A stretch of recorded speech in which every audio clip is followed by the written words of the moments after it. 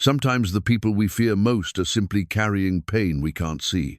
Sometimes the hearts we judge as cruel are the very ones that understand kindness best. In the dusty town of Ash Ridge, everyone crosses the street when Clint Marlowe walks by. They call him the cruel cowboy after a saloon fight left men broken. But when the new schoolteacher follows a child's voice to an old stable, she finds Clint on his knees, gently teaching 3 forgotten children to read. His scarred hands trace letters in the dirt, while his voice whispers encouragement. This isn't the monster the town fears. What really happened that night in the saloon? And why does the most avoided man in town spend his evenings giving hope to children no one else notices? Before we jump back in, tell us where you're tuning in from.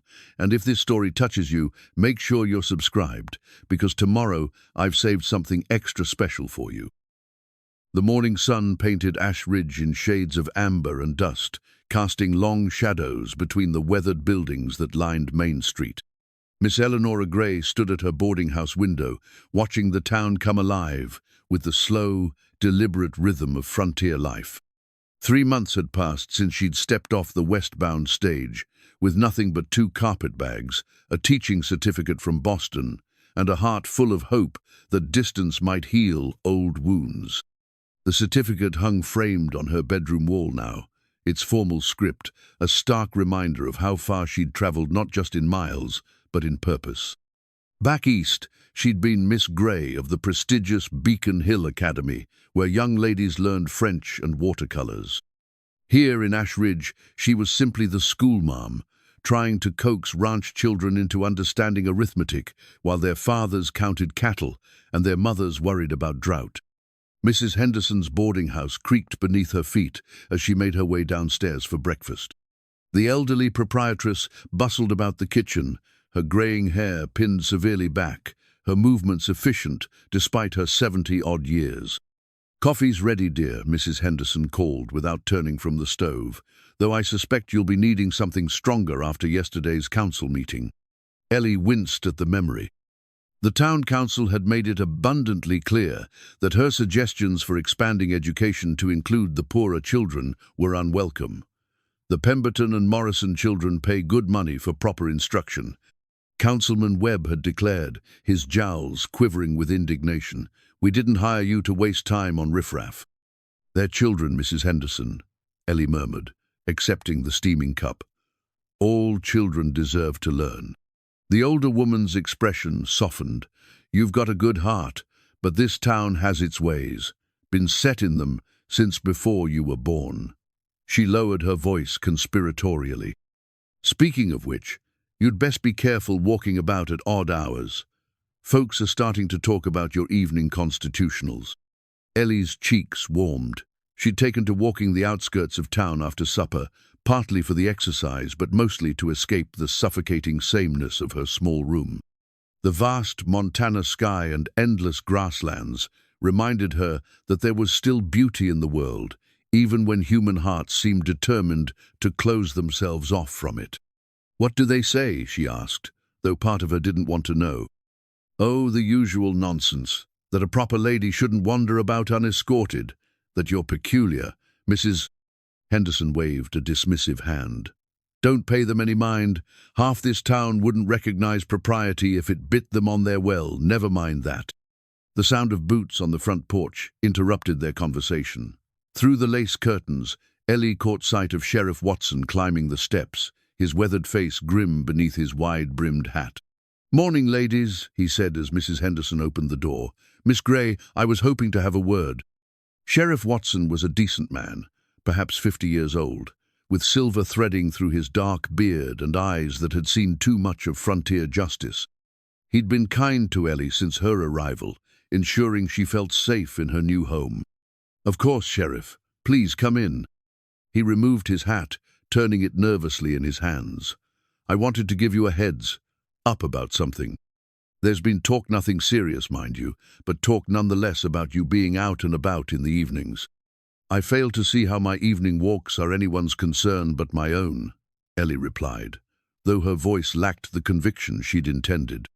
"Normally, I'd agree with you," Watson said carefully, "but this town's been on edge lately, and when folks get nervous, they start seeing threats where there might not be any. Best to be cautious, is all I'm saying. Ellie set down her coffee cup, with more force than necessary. Threats? I'm a schoolteacher taking walks, not a desperado. I know that, and you know that. But there's been strange doings, reported sounds coming from the old livery stable, footprints where they shouldn't be. People are jumpy. He paused, then added quietly, especially with Marlowe still in town. The name hung in the air like smoke from a dying fire. Clint Marlowe, cruel cowboy, as the children whispered when they thought she couldn't hear. In 3 months, Ellie had seen him perhaps a dozen times, always from a distance. He was impossible to miss, tall and broad-shouldered, with dark hair that needed cutting, and a face marked by a scar that ran from his left temple to his jaw. When he came to town for supplies, conversations stopped mid-sentence. Mothers pulled their children closer. Men stepped aside, some from fear, others from disgust. What exactly did he do? Ellie found herself asking, though she'd posed the question before to various townspeople and never received a satisfactory answer. Sheriff Watson's jaw tightened. Enough. Trust me on that, Miss Gray. Clint Marlowe is not a man you want to encounter alone, especially not in the dark. After the sheriff left, Ellie found herself unable to concentrate on her morning preparations. She'd heard fragments of the story. Of course, something about a saloon fight that had left 2 men badly injured and 1 nearly dead. The details varied depending on who told the tale. Some said Marlowe had been drinking and picked a fight for no reason. Others whispered about cheating at cards or an insult to his character. The only consistent element was the outcome: blood on the saloon floor and a man's reputation destroyed. Yet something about the story had always struck her as incomplete. In her experience, tales that grew in the telling often lost their connection to truth along the way. The walk to the schoolhouse took her down Main Street, past the general store where Mr. Carver kept a ledger of town gossip disguised as a customer log, past the saloon where the infamous fight had occurred, past the church where Reverend Mills preached about Christian charity while pointedly avoiding any mention of forgiveness for certain residents. The school itself was a modest building, white-painted boards and a bell tower that had seen better days. Inside, 12 wooden desks sat in neat rows, each occupied by the sons and daughters of Ash Ridge's more prosperous families. The Pemberton twins, whose father owned the largest ranch in the county. Young Marcus Morrison, the doctor's boy. Sarah Jane Webb, the councilman's precocious daughter who could recite poetry but couldn't add fractions. As Ellie arranged her lessons for the day, her mind wandered to the children she didn't see in these seats. Tommy Briggs, the 10-year-old who swept the saloon for pennies and slept in whatever warm corner he could find. The Martinez children, whose father worked the Pemberton ranch but couldn't afford to spare his youngsters from helping with the family's survival. Little Ben Crawford, whose mother took in washing and whose father had died in a mining accident 2 years prior. These children haunted her thoughts during every lesson, every recitation, every moment she spent teaching the fundamentals of education to those who took it for granted. She'd tried to bring up the possibility of evening classes for working children, but the response had been swift and decisive. The school was for paying students only. "Miss Gray?" Sarah Jane Webb's voice pulled her back to the present. "You look sad." Ellie smiled, smoothing her dark blue dress and adjusting the cameo brooch at her throwata gift from her mother that had traveled west with her, despite everything that had happened. "Just thinking, dear. Now, who can tell me what 7 times 8 equals?" The day passed in its usual rhythm of lessons and small revelations. Marcus Morrison showed remarkable aptitude for geography, while the Pemberton twins struggled with anything that required sitting still. During the lunch break, Ellie stood in the doorway and watched her students play in the schoolyard, their laughter carrying on the autumn breeze. It was then she saw him. Clint Marlowe rode slowly down Main Street on a black horse that seemed to match his somber presence. Even from a distance, she could see the rigid set of his shoulders, the way he kept his eyes straight ahead, acknowledging no one. As he passed the schoolyard, Several of her students stopped their games to stare. The Pemberton twins clutched each other dramatically, having obviously been raised on stories of the cruel cowboy's terrible deeds. But Ellie found herself studying the man rather than the legend. There was something in his posture that spoke of weariness rather than menace, of loneliness rather than cruelty. When a stray dog ran into the street ahead of his horse, Marlowe reined in gently, waiting patiently for the animal to move aside, rather than spurring his mount forward, as many men might have done. It was a small thing, hardly worth noting, yet it lodged itself in her mind like a splinter. That evening, despite Sheriff Watson's warnings and Mrs. Henderson's concerned looks, Ellie set out for her usual walk. The town had settled into its nightly quiet, windows glowing yellow with lamplight, the distant sound of the saloon's piano drifting on the cool air. She walked past the last houses, past the cemetery with its weathered headstones, until she reached the open grassland that stretched toward the mountains. Here, beneath the vast canopy of stars, she could breathe freely. Here, the weight of expectations and propriety lifted from her shoulders like morning mist. She'd grown up under the watchful eyes of Boston society, where every word and gesture was measured against an impossible standard of feminine perfection. The freedom of the frontier had been one of the few blessings of her westward journey. She was walking back toward town when she heard the voices. At first, she thought it might be cowhands from one of the ranches, perhaps sharing a bottle and stories around a campfire. But as she drew closer to the old livery stabler building that had been abandoned since the new one was built closer to the train, DePoche realized the voices were different, softer, younger, and underneath them, a deeper voice, patient and encouraging. "That's right, Tommy," sounded out. C-A-T, cat. Ellie's breath caught in her throat. She knew that voice, though she'd never heard it speak so gently. Moving carefully in the darkness, she approached the stable's side wall, where gaps between the weathered boards provided glimpses of the interior. What she saw there would change everything she thought she knew about Ash Ridge, about justice, and about the man the town called cruel.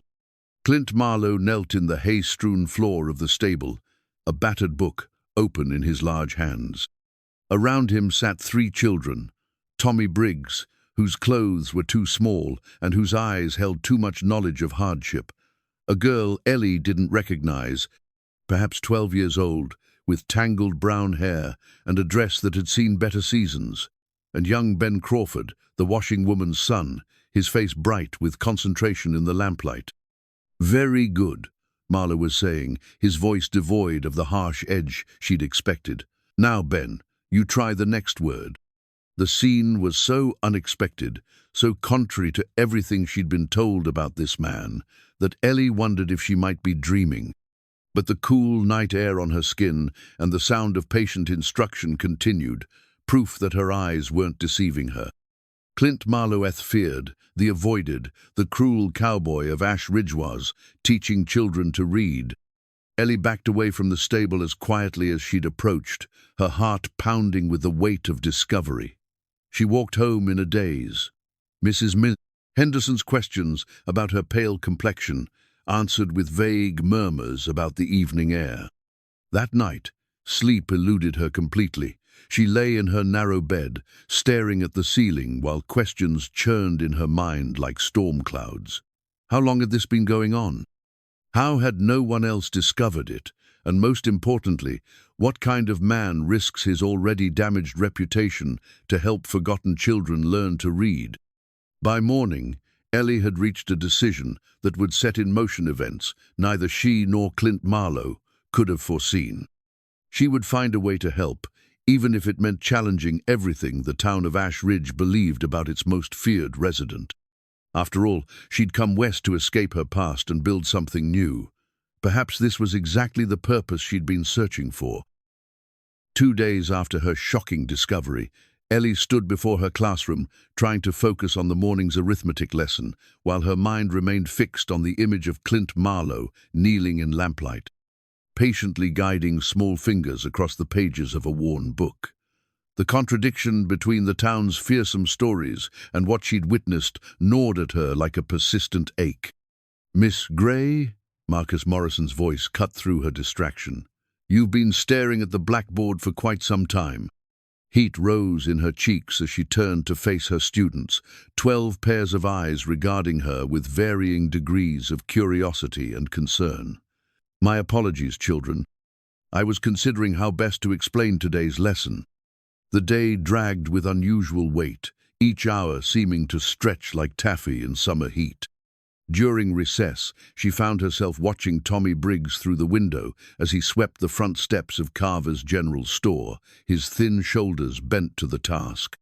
The boy should have been in school, learning his letters alongside the other children, but instead he worked for coins that barely kept him fed. When the final bell rang and her students scattered toward their comfortable homes, Ellie remained at her desk, staring at Tommy's torn primurth, very book that had led her to make a terrible mistake the evening before. She'd been walking her usual route when she spotted the boy heading away from town just as darkness began to settle. Concerned that he might be lost or in some kind of trouble, she'd followed at a distance. The pursuit had led her to the abandoned livery stable, where the sound of voices had drawn her closer. What she'd discovered there had shaken her understanding of everything she thought she knew about Ash Ridge and its most reviled resident. Now, as she sat in the empty schoolhouse, Ellie made a decision that would change both their lives forever. That evening, she waited until full darkness had settled over the town before making her way toward the old stable. Her heart hammered against her ribs as she approached the weathered building, where yellow lamplight leaked between the wooden boards like liquid gold. The voices inside were clearer tonight, Clint's deep baritone, offering gentle corrections, Tommy's eager responses, and the soft murmurs of the other children. The word is horse, not house, came Clint's patient voice. See how the changes the sound? Horse, Tommy repeated carefully. Like your black one, Mr. Marlowe. That's right. Thunder's a horse, though sometimes I think he believes he's a king. The children's laughter drifted through the night air, a sound so natural and joyful that it made Ellie's chest tighten with emotion. Here, in this abandoned stable, something beautiful was happening, something the town would condemn if they discovered it. Moving carefully to avoid detection, Ellie positioned herself where she could observe through a gap in the boards. The scene inside was even more remarkable than her first glimpse had suggested. Clint sat on an overturned crate, the lamp beside him casting warm light across his scarred face. The harsh lines she'd always associated with his appearance seemed softer here, gentled by concentration and genuine care. 3 children surrounded him. Tommy with his eager questions, the girl she now recognized as Sarah Whitmana Runaway, who'd been living rough for months, and little Ben Crawford, whose mother worked her fingers raw to keep them both fed. Each child held a book, though the volumes were clearly well worn and carefully treasured. Miss Sarah, would you like to try reading the next part? Clint asked, his voice carrying none of the gruffness townspeople associated with him. The girl looked up with bright eyes. Out loud? If you're comfortable with it, remember there's no shame in taking your time. As Sarah began to sound out the words on her page, stumbling occasionally but pressing forward with determination, Ellie found herself leaning closer to hear better. The board she was pressed against groaned softly under her weight. The reading stopped abruptly. What was that? Tommy whispered, his voice tight with fear. Clint rose slowly, his hand moving instinctively toward the gun at his hip. Stay where you are, children. It's probably just the wind. Ellie's blood turned to ice as she heard his footsteps approaching the wall where she hid. In moments, he would round the corner and discover her spying on their secret gathering. The thought of his reaction, likely anger, possibly violence given his reputation, made her consider fleeing into the darkness. Instead, she found herself stepping into the lamplight as he emerged from the stable. Mr. Marlowe, she said quietly, raising her hands to show she carried no weapon. Please don't be alarmed. He froze at the sight of her, his hand still resting on his gun butt. In the yellow glow spilling from the stable doorway, his scarred face was a mask of wariness, and something that might have been fear, though, whether for himself or the children, she couldn't tell. Miss Gray. His voice had lost all the gentleness she'd heard moments before, returning to the clipped, guarded tone she associated with his rare appearances in town. "You shouldn't be here." "I followed Tommy," she said, which was true enough. "I was concerned when I saw him heading this way after dark." Behind Clint, she could see the three children huddled together just inside the stable entrance, their faces pale with worry. Tommy looked particularly stricken, as if he'd somehow betrayed the man who'd been teaching him. "The boy's in no danger," Clint said flatly. "You can head back to town with a clear conscience." But Ellie didn't move. Instead, she found herself studying his face in the lamplight, searching for signs of the monster the town believed him to be. What she saw instead was a man braced for condemnation, his jaw tight with the expectation of judgment. "What you're doing," she said slowly, "it's wonderful." The words seemed to hit him like a physical blow. His hand dropped from his gun, and for a moment his carefully maintained composure cracked, revealing something raw and vulnerable beneath. "It's not what you think," he said roughly. "I'm not who they needed help, that's all. Someone to teach them letters." "That's exactly what I think it is," Ellie replied, taking a cautious step closer. "You're teaching children to read, children the town has forgotten." "Miss Gray?" Tommy's voice piped up from behind Clint. "Are you going to tell on us?" The question hung in the night air like a challenge. Ellie looked at the three young faces peering out from the stable, each marked by hardship, but bright with hope in this hidden sanctuary. Then she looked at Clint, seeing him clearly for perhaps the first time since her arrival in Ash Ridge. This was no cruel cowboy terrorizing innocents. This was a man using his own time and resources to provide education to children who had no other opportunity. The contrast between his reputation and his reality was so stark it made her question everything else she'd been told about him. "No," she said firmly, "I'm not going to tell anyone." Relief flickered across Clint's features before the mask of wariness returned. "That's appreciated, but it doesn't change anything. This needs to remain quiet." "Why?" The question escaped before she could stop it. "What you're doing is admirable, Mr. Marlowe. Why hide it?" His laugh was bitter, devoid of humor. "Look around you, Miss Gray. We're meeting in an abandoned stable after dark because no respectable establishment would welcome me, let alone allow me to teach their children. The town barely tolerates my presence as it is. But surely if people knew you were helping, they'd assume I had some twisted purpose." He cut her off. "That's what they think of me, what they'll always think." The pain in his voice was unmistakable, and it stirred something protective in Ellie's chest. She'd arrived in Ash Ridge carrying her own burden of judgment and whispered accusations. The parallels weren't lost on her. "What if there was another way?" she found herself saying. "What if someone else could help?" Clint's eyes narrowed with suspicion. "What are you suggesting?" "I'm a trained teacher, Mr. Marlowe. I have access to books, supplies, proper lesson plans." She paused, then added quietly, "And I know what it's like to be judged unfairly by people who don't know the whole story." For several long moments, they stood in silence, the night air cooling around them, while three children waited to learn whether their secret sanctuary would survive this unexpected discovery. Finally, Clint spoke. "Why would you risk your reputation for this? For them?" He gestured toward the children. "For me?" Ellie considered the question, thinking of all the reasons that had brought her to this moment. Her frustration with the town's rigid social hierarchy, her heartbreak over the children denied education, her growing certainty that the man before her was nothing like the monster people believed him to be. "Because it's right," she said simply, "and because everyone deserves a chance to learn." Something shifted in Clint's expression, surprise, perhaps, or the beginning of hope. Behind him, Tommy stepped forward into the lamplight. "Does this mean Miss Gray can help us with the hard words?" the boy asked eagerly. "She knows everything about reading." Despite the gravity of the moment, Ellie found herself smiling. "I'd like to try, if Mr. Marlowe is willing to accept my assistance."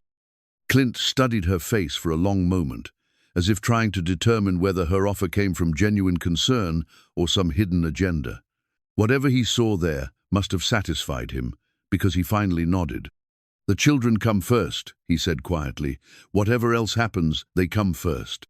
"Agreed," Ellie replied without hesitation. And so, in the flickering lamplight of an abandoned stable, an unlikely partnership was born that would challenge everything Ash Ridge believed about justice, redemption, and the power of education to transform lives. As Ellie walked home through the quiet streets, her mind raced with possibilities and concerns. She was now part of something that could destroy her carefully rebuilt life if discovered, yet she'd never felt more certain of a decision. Tomorrow, she would begin planning how to better serve the forgotten children of Ash Ridge.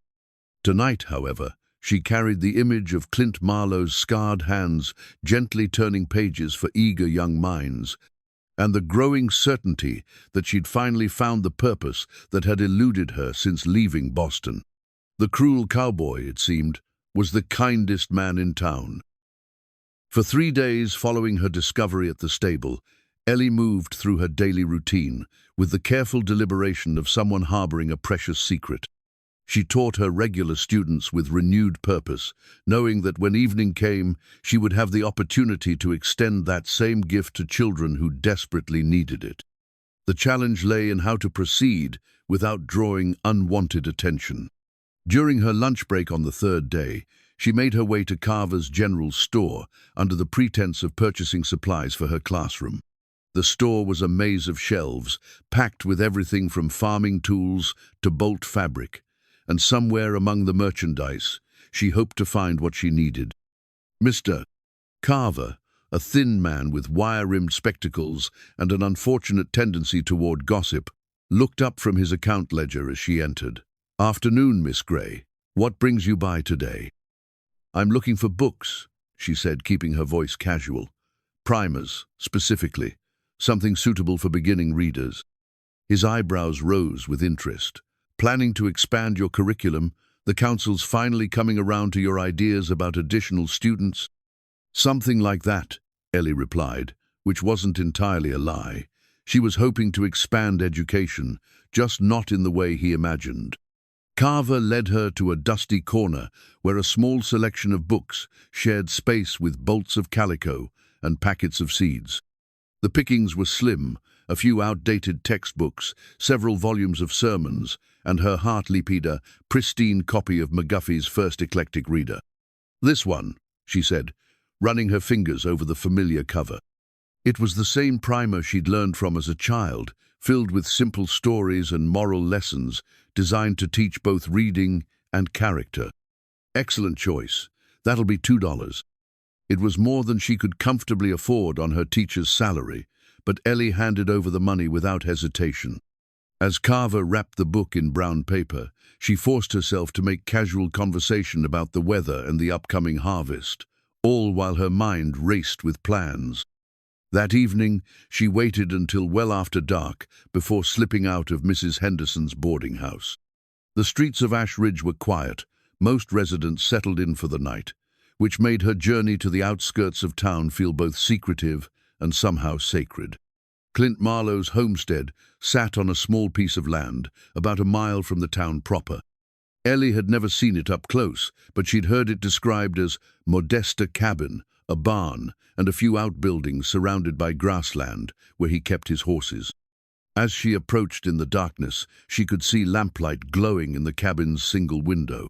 Her courage faltered as she stood at the edge of his property. What exactly was she doing? She barely knew this man beyond their brief encounter at the stable. For all she knew, he might respond to her unexpected visit with suspicion or anger. But the memory of those 3 children reading by lamplight strengthened her resolve. Moving as quietly as possible, she approached the cabin's front porch. The structure was simple but well-maintained, with a roof that showed recent repairs and steps that didn't creak under her weight. She placed the wrapped book on the wooden planks beside the door, then retreated to wait and watch from behind a stand of cottonwood trees. Long minutes passed before the cabin door opened. Clint stepped onto the porch, a rifle in his hands, his head turning as he scanned the darkness for whatever had triggered his awareness. He was dressed simply in dark trousers and a white shirt open at the collar, his scarred face alert but not alarmed. His gaze fell on the package beside his door. Ellie held her breath as he bent to examine it, his movements cautious. Even from a distance, she could see his confusion as he looked around once more before picking up the wrapped book. He turned it over in his hands, clearly puzzled by its unexpected appearance. When he unwrapped it and saw the primer, his reaction was not what she'd expected. Instead of pleasure or gratitude, his expression grew troubled, almost pained. He stood holding the book for several moments, his shoulders tense with some internal struggle. Finally, he went back inside, taking the book with him. Ellie waited another few minutes before making her way back to town, her mind churning with questions. Had she overstepped some boundary? Was he offended by her gesture? The uncertainty gnawed at her as she slipped back into the boarding house and up to her room. The next morning brought no answers. During her usual errands, she saw no sign of Clint in town, which wasn't unusual but left her wondering about his reaction to her gift. She caught herself watching the road that led to his homestead, hoping for some glimpse of him that might provide a clue to his thoughts. It wasn't until the following evening that she received her answer. She was grading papers by lamplight when Mrs. Henderson called up the stairs that she had a visitor. Ellie's heart jumped. Few people came calling at such an hour, and even fewer would ask for her specifically. She found Tommy Briggs waiting in the boarding house parlor, his thin frame nearly swallowed by the overstuffed chair where he perched. His clothes were cleaner than usual, and someone had made an attempt to tame his unruly hair. "Tommy," she said, genuinely surprised, "what brings you here?" The boy reached into his jacket and withdrew a folded piece of paper. "Mr. Marlowe asked me to give you this, Miss Gray. He said to tell you it was important." Ellie accepted the note with hands that trembled slightly. The paper was good quality, and her name was written across it in a careful, masculine script that spoke of education despite its deliberate restraint. "Thank you, Tommy. Would you like some milk and cookies before you head back?" The boy's eyes lit up, but he shook his head. "Mr. Marlowe's waiting for me. We're doing numbers tonight, and I don't want to be late." After Tommy left, Ellie retreated to her room before unfolding the note. The message was brief, but carried weight in every carefully chosen word. "Miss Gray, your gift was unexpected and generous. I am not accustomed to kindness from the people of this town, and I confess I am uncertain of your motives. However, the children benefit from proper materials, and for their sake, I am grateful. If you are sincere in your offer of assistance, there are conditions that must be understood. The children's safety and well-being come before all other considerations. What we do must remain secret, for their protection as much as mine, and you must understand that association with me will bring you nothing but trouble if discovered. Should you wish to proceed despite these warnings, you may find us at the stable tomorrow evening after full dark. Bring whatever educational materials you think appropriate, but bring them quietly. I hope you understand the gravity of what you propose to undertake. C. Marlowe." Ellie read the note 3 times, studying not just the words but the careful penmanship that revealed an educated hand despite the man's rough reputation. There was dignity in the formal tone and a protectiveness toward the children that spoke well of his character. More importantly, there was an invitation. She spent the rest of the evening planning what materials to bring and how to transport them without drawing attention. From her personal collection, she selected several primers, a slate and chalk, some paper, and pencils. It wasn't much, but it was a beginning. The following day seemed to drag endlessly. She found herself watching the clock during lessons, counting the hours until evening. Her students noticed her distraction. Marcus Morrison commented that she seemed especially thoughtful during their geography lesson, but she managed to maintain the facade of normalcy until the final bell rang. That evening, she bundled her selected materials into a canvas bag and made her way through the quiet streets toward the old stable. The autumn air carried a bite that promised winter's approach, and overhead, stars scattered across the vast Montana sky like scattered diamonds. As she approached the stable, she could see the familiar glow of lamplight through the gaps in the boards. Voices drifted on the night air, Clint's patient instruction, and the children's eager responses. The sound filled her with anticipation and a surprising sense of homecoming. She paused at the stable entrance, suddenly uncertain. What if she was intruding on something that didn't need her help? What if her presence changed the dynamic that seemed to work so well? Before her doubts could take hold, Tommy's voice called out, "Miss Gray, you came." Clint rose from where he'd been sitting with the children, his expression unreadable in the lamplight. The children, Tommy, Sarah, and Ben, looked at her with eager faces, their books clutched in small hands. "Mr. Marlowe," she said formally, then added with a smile, "I brought supplies." Something shifted in his expression, not quite a smile, but a softening around the eyes that suggested approval. "The children have been asking about you since yesterday. They're curious about proper teaching methods." As she set down her bag and began unpacking the materials, Ellie felt a sense of rightness settle over her. This was where she belonged, not in the sterile environment of the regular schoolhouse, but here, in this humble stable, working with children who truly hungered for knowledge. "Shall we begin?" she asked, and was rewarded with 3 enthusiastic nods and something that might have been gratitude in Clint Marlowe's scarred face. The first lesson of their unlikely partnership was about to begin. The note appeared on Ellie's windowsill on a Tuesday morning, tucked beneath a smooth river stone to keep the autumn wind from carrying it away.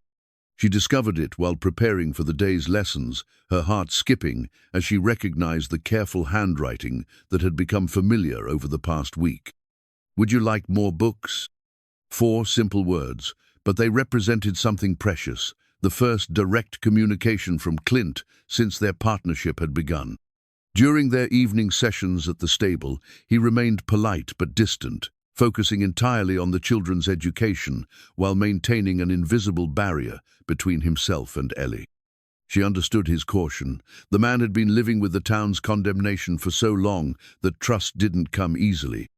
But the note suggested he was beginning to see her as something more than a temporary curiosity or potential threat.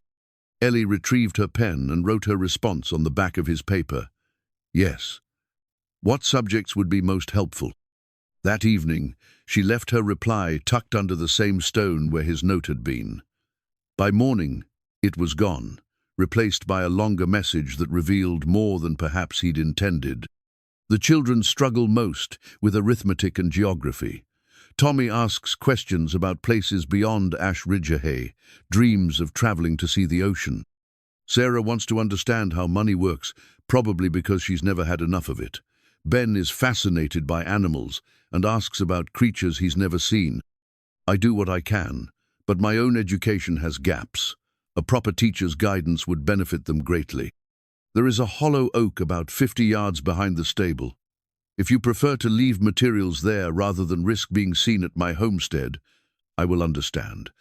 Reading between the careful lines, Ellie detected not just practical concerns, but something deeper, a man genuinely worried about the children's futures and humble enough to acknowledge his limitations. It was far from the image of arrogant cruelty the town had painted. Over the following days, she began collecting materials with more purpose. From her personal library, she selected a geography book filled with illustrations of distant lands and creatures. She purchased an arithmetic primer with her own funds, along with a small globe that had caught her eye in Carver's store. Each evening, she left something new in the hollow oak, and each morning found it replaced by brief notes of gratitude and reports on the children's progress. Sarah spent an hour studying the world map. She can now point to Boston and understands why you came so far west. Ben carried the animal book everywhere yesterday. He's decided he wants to become a veterinarian when he grows up. Tommy asked if the ocean really has no other shore you can see. I told him you would know better than I. The notes revealed a man paying careful attention to 3 young minds, nurturing their curiosity and dreams with patience and genuine care. Ellie found herself looking forward to these written exchanges almost as much as the evening lessons themselves. It was during their second week of collaboration that everything changed. Ellie had been walking to the stable as usual when she noticed someone else approaching from a different direction. Her blood chilled as she recognized Sheriff Watson's distinctive silhouette moving through the darkness. Had someone discovered their secret? Were they about to be arrested for what? teaching children to read. She pressed herself against the side of a nearby shed, watching as the sheriff drew closer to the stable. Inside, she could hear Clint's voice, helping Ben sound out a difficult word. In moments, Watson would hear it too. Without thinking, Ellie stepped into the sheriff's path. "Sheriff Watson," she said, hoping her voice sounded steadier than she felt. "What brings you out so late?" He startled, his hand instinctively moving toward his gun before recognizing her. "Miss Gray, you gave me quite a start. What are you doing out here?" "I was walking," she said, which was true enough. "The night air helps me think." "Well, you might want to head back toward town. I've had reports of suspicious activity in this area lights where there shouldn't be any voices carrying on the night air. Could be drifters looking for trouble." Behind the sheriff, the stable had fallen silent. Clint had obviously heard their conversation and was keeping the children quiet. "I haven't seen anything unusual," Ellie said carefully. "Perhaps it was just settlers passing through." Watson frowned, clearly torn between investigating further and escorting her safely back to town. His protective instincts toward the respectable schoolteacher won out. "Let me walk you back," he said. "These old buildings aren't safe after dark, especially for a lady alone." As they walked toward town, Ellie's mind raced. Who had reported the activity? How much did they know? And most importantly, how could she warn Clint without arousing further suspicion? The answer came to her as she lay sleepless that night. The next morning, she left a different kind of note in the hollow oak. "Someone has been watching. Sheriff came last night asking about lights and voices. We need to be more careful." When she checked the tree that evening, she found a response that made her chest tight with anxiety. "Understood. No more meetings until it's safe. Thank you for the warning. The children will miss their lessons." For 3 days, the stable remained dark and silent. Ellie continued her evening walks, partly to maintain her routine and partly in hope of seeing some sign that the children were safe. On the 4th night, she found a longer note waiting. "The risk is too great to continue as we have been.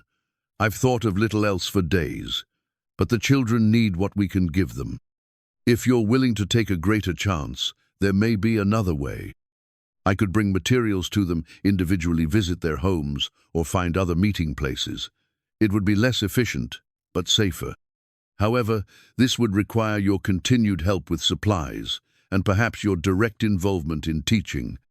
I know this asks much of you. Your reputation, your position, everything could be lost if we're discovered. I would understand if you prefer to end this arrangement now, but if you're willing to continue, leave a book in the oak tomorrow night. I'll know you've decided to trust me despite the risks. CM." Ellie read the note 3 times, weighing the implications of what he was asking. Individual meetings would indeed be riskier, more opportunities for discovery, more chances for someone to ask uncomfortable questions. And yet, the thought of abandoning Tommy, Sarah, and Ben to their previous hopelessness was unbearable. The next evening, she placed not just 1 book, but 3 in the hollow oak, along with a note of her own. "The children's education is worth any risk. How do we proceed?" His response came swiftly. "Meet me tomorrow at sunset behind the church. Come alone and bring whatever materials you think most important. We'll discuss how to help each child individually. Thank you for your courage." The following evening found Ellie standing in the shadow of Ash Ridge's modest church, a bag of teaching supplies at her feet and her heart beating fast with nervous anticipation. The setting sun painted the grassland in shades of gold and amber, and somewhere in the distance, a meadowlark called to its mate. She heard him before she saw him, the soft sound of boots on grass and the gentle murmur of his voice speaking to his horse.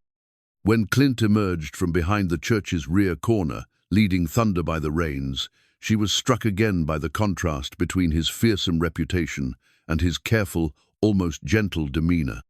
"Miss Gray," he said quietly, touching the brim of his hat. "I wasn't certain you'd come." "I gave you my word," she replied. "How do we help them?" For the first time since she'd known him, Clint almost smiled. "One child at a time," he said, "and very, very carefully. As they stood together in the fading light, making plans to continue their secret education of Ash Ridge's forgotten children, Ellie realized that somewhere along the way, her feelings about Clint Marlowe had undergone a profound transformation. The cruel cowboy had become simply Clint, a man, dedicated to nurturing young minds despite the personal cost. It was a dangerous realization in more ways than one. The makeshift classroom took shape gradually over the course of 2 weeks, born from necessity and built with hope. What had begun as an abandoned stable had transformed into something that resembled a proper learning environment, though one that could be dismantled and hidden at a moment's notice. Clint had arranged wooden crates to serve as desks, their surfaces smoothed with sandpaper and positioned to catch the lamplight most effectively. Old horse blankets provided cushioning for the children to sit on, and a larger crate served as Ellie's teaching station. It wasn't elegant, but it was functional, and more importantly, it was theirs. "It's like having a real school," Sarah whispered on their first evening back together, running her fingers across the surface of her makeshift desk. "Only better, because nobody can tell us we don't belong here." The girl's words struck Ellie with unexpected force. In all her years of formal education, she'd never heard such appreciation for the simple act of learning. These children understood the value of what they were receiving, in a way her regular students never could.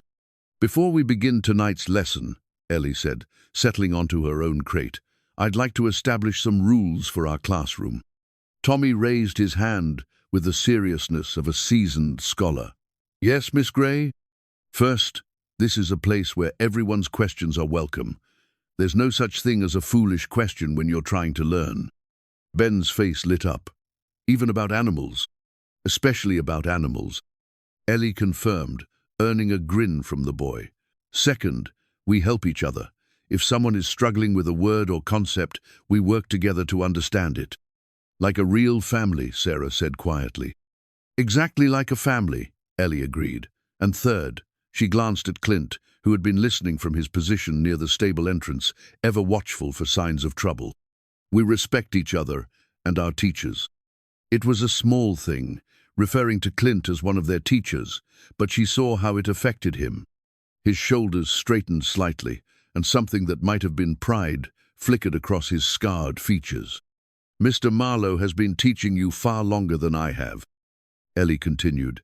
"He understands things about life and survival that books can't always convey. We're fortunate to learn from both of you." The evening's lesson focused on geography, with the children taking turns finding locations on the small globe Ellie had purchased. Tommy's questions about the ocean led to a discussion of trade routes and distant ports. Sarah wanted to know about cities where a person could disappear and start fresh. Ben was fascinated by the idea of places where exotic animals roamed free. As the children absorbed each piece of information with hungry enthusiasm, Ellie found herself watching Clint more than she probably should have. He listened to every word, occasionally asking questions of his own, or offering practical insights that grounded their theoretical discussions in reality. "The mountains between here and California," he said when Tommy asked about traveling west. "They're beautiful but dangerous. A person needs to understand weather patterns, have proper supplies, know how to read the signs of trouble coming." "Have you been there?" Sarah asked, her eyes wide with curiosity. Something shuddered in Clint's expression. "Once, long time ago." He didn't elaborate, but Ellie detected pain in those 3 words, the weight of memories he wasn't ready to share. She smoothly redirected the lesson to safer territory, but filed away the information for later consideration. As the weeks passed, their evening routine developed its own rhythm. Clint would arrive first, ensuring the stable was secure and lighting the lamp. The children would appear one by one, careful to approach from different directions to avoid attracting attention. Ellie came last, after full darkness had settled and the town's eyes had turned elsewhere. Each session revealed new facets of both Clint's character and the children's remarkable resilience. Tommy proved to have a gift for arithmetic that amazed even Ellie. Given proper instruction, he could work through problems that challenged students twice his age. Sarah demonstrated an intuitive understanding of language that suggested she might become a writer someday, if given the chance. Ben's curiosity about the natural world was boundless, and he absorbed information about animals and plants with the dedication of a true scholar. But it was watching Clint with the children that truly opened Ellie's eyes to the man behind the fearsome reputation. He had infinite patience for their struggles, never showing frustration when they stumbled over difficult words or concepts. When Tommy confessed he sometimes felt stupid compared to the children who attended regular school, Clint knelt beside the boy's crate and spoke with quiet conviction. "Smart isn't about how fast you learn something," he said. "It's about not giving up when things get hard. You've survived on your own in this town for years, Tommy.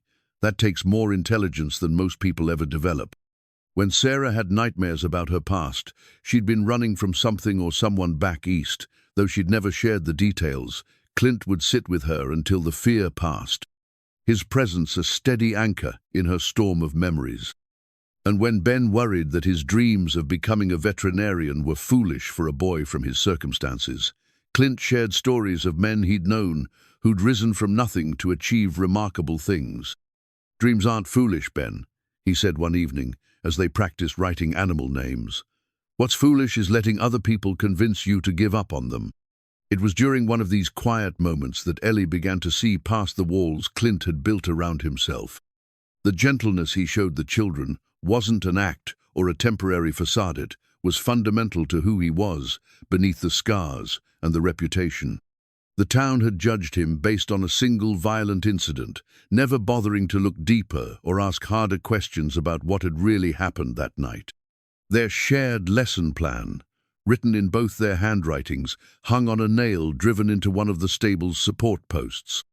It was a simple schedule: arithmetic on Mondays, geography on Wednesdays, reading practice on Fridays, but it represented something profound, a partnership built on mutual respect and shared purpose. "You're good with them," Ellie told Clint one evening, as they watched the children pack up their books and prepare to slip back into the night. He looked surprised by the compliment. "They're good kids. They deserve better than what this town offers them." "They deserve teachers who see their potential," she said carefully. "You saw it long before I arrived." Clint was quiet for a moment, his gaze following Tommy as the boy disappeared into the darkness. "I know what it's like to be written off before you've had a real chance. Figured maybe I could keep that from happening to them." The admission revealed more about his past than he'd shared in all their previous conversations combined. Ellie found herself wanting to ask about his own childhood, his education, the experiences that had shaped his understanding of injustice. But the questions felt too personal, too invasive for their still developing friendship. Instead, she said, "What you've built here is remarkable. They trust you completely." "Trust is earned," he replied, "and easily broken. I don't take that responsibility lightly."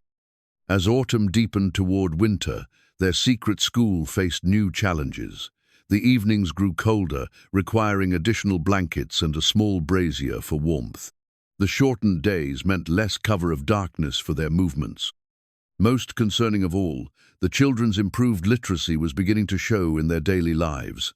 Tommy was asking more sophisticated questions around town. Sarah had been caught reading a discarded newspaper, and Ben had started using words that raised eyebrows among those who knew his background. "We're too successful," Ellie confided to Clint one evening as they arranged their materials. "People are beginning to notice changes in them." "I've been thinking the same thing," he admitted. "Tommy asked Mr. Carver about the price of train tickets to San Francisco yesterday. When Carver mentioned it to me, he seemed puzzled about where a street boy would learn about such places. What do we do?" Clint was quiet for a long moment, his scarred hands arranging books with careful precision. "We prepare them for whatever comes next. And we hope that when the truth comes out, because it will come out, eventually people will see the good we've done, rather than just the rules we've broken." That night, as Ellie walked home through the quiet streets of Ash Ridge, she found herself thinking about trust and courage, about the risks they were taking, and the reasons that made those risks worthwhile. Somewhere along the way, her feelings about Clint Marlowe had evolved from mere respect to something deeper and more complicated. She was falling in love with a man the town considered irredeemable, and that realization both thrilled and terrified her in equal measure. The shared lesson plan had become more than just a schedulite, was a testament to their growing partnership, written in Ellie's careful script and Clint's more angular handwriting. Each addition and modification told the story of their collaboration. Notes about Tommy's mathematical gifts, observations about Sarah's poetic sensibilities, reminders about Ben's fascination with the natural world. We should add penmanship practice. Ellie suggested one evening in late October as they prepared for the children's arrival. Their handwriting is improving, but proper letter formation will serve them well. Clint nodded, watching her add the note to their plan. "You think like a real teacher," he said, then seemed to catch himself. "I mean, I know what you meant," Ellie said softly. "Thank you." The compliment hung in the air between them, weighted with unspoken feelings that had been building over their weeks of working together.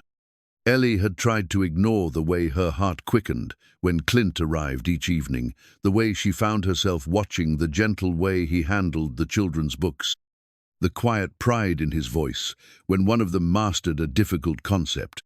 She was a respectable schoolteacher from Boston, and he was a man whose reputation had been destroyed by violence. The gulf between their social positions should have been insurmountable, yet here in their makeshift classroom, such distinctions seemed meaningless. "Miss Gray!" Tommy's voice called softly from the stable entrance, interrupting her dangerous thoughts. "Mr. Marlowe! We brought someone new." Ellie's blood chilled. The last thing their secret school needed was additional exposure, another child who might accidentally reveal their activities to the wrong person.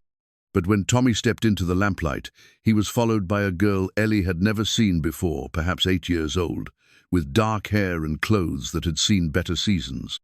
Behind her came Ben, and bringing up the rear was Sarah, who looked both excited and nervous. "This is Maria," Tommy announced proudly. "Her family's working the Morrison Ranch, but she doesn't speak much English yet. We thought maybe you could teach her." Clint and Ellie exchanged glances. The addition of another student meant greater risk of discovery, but the hope in the child's dark eyes was impossible to ignore. "Maria," Ellie said gently, kneeling to the girl's level. "Hablas español?" The child's face lit up with relief, and she nodded vigorously, launching into rapid Spanish that Ellie's limited knowledge couldn't fully follow.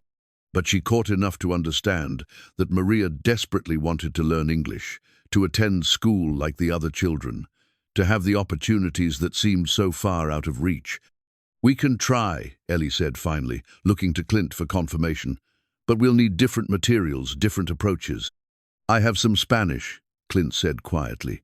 "Picked it up working ranches in Texas years ago. Between the two of us, we might manage." It was another small revelation about his past, another piece of the puzzle that was Clint Marlowe. A man who'd traveled, worked different jobs, accumulated knowledge and experiences that belied the simple narrative of cruelty the town had constructed around him. As they arranged their classroom to accommodate 5 students instead of 3, Ellie found herself stealing glances at Clint. His movements were economical and sure, arranging crates and blankets with the same careful attention he brought to everything else. When he caught her watching, their eyes met for a moment longer than propriety would suggest appropriate. "The children are fortunate to have you," she said, hoping her voice sounded steadier than she felt. "They're fortunate to have both of us," he replied, and something in his tone made her wonder if he felt the same dangerous pull she'd been fighting against. The evening's lesson focused on basic English vocabulary for Maria, while the other children worked on more advanced reading. Watching Clint patiently help the young girl sound out simple words, switching between English and Spanish with natural ease, Ellie felt something shift inside her chest, recognition that this man was nothing like the monster the town believed him to be. He was kind, patient, intelligent, and dedicated to helping children who had nowhere else to turn. More than that, he was gentle in ways that had nothing to do with weakness and everything to do with strength under control. "Miss Gray?" Sarah's voice pulled her back to the lesson at hand. "You're staring again." Heat flooded Ellie's cheeks as she realized the older girl was right. She'd been watching Clint with Maria instead of focusing on her own students. "I was observing teaching techniques," she said, which was partly true. Sarah's knowing smile suggested the girl wasn't entirely convinced, but she returned to her reading without comment. As the weeks progressed, their expanded classroom developed new rhythms. Maria proved to be a quick learner, absorbing English vocabulary with remarkable speed. Tommy had appointed himself her special helper, taking pride in his role as translator and guide. Ben shared his animal books with her, pointing out pictures and teaching her the English names for creatures she recognized from her family's travels. But it was the growing connection between Ellie and Clint that presented the most complicated development. Their partnership had evolved beyond mere collaboration. They anticipated each other's teaching methods, building on each other's lessons with seamless coordination.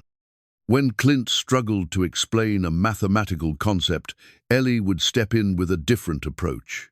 When she had difficulty making herself understood to Maria, Clint's Spanish would bridge the gap. More concerning were the moments when their professional relationship seemed to blur into something more personal.